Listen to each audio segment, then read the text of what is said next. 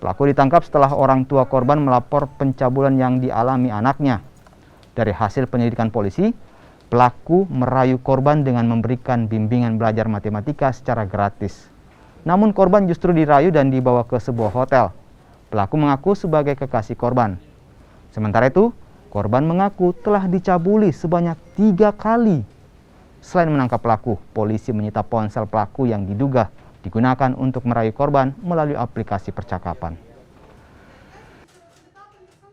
Jadi untuk pelapor ini melaporkan bahwa anaknya yang berusia kurang lebih 17 tahun telah dicabuli oleh terlapor SD.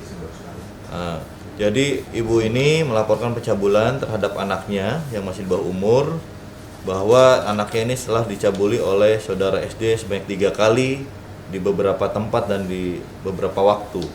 Sampai sekarang untuk saudara SD sedang kami ambil keterangannya secara mendalam terkait laporan ini, dan untuk statusnya saudara SD merupakan guru dari korban dengan inisial AN ini.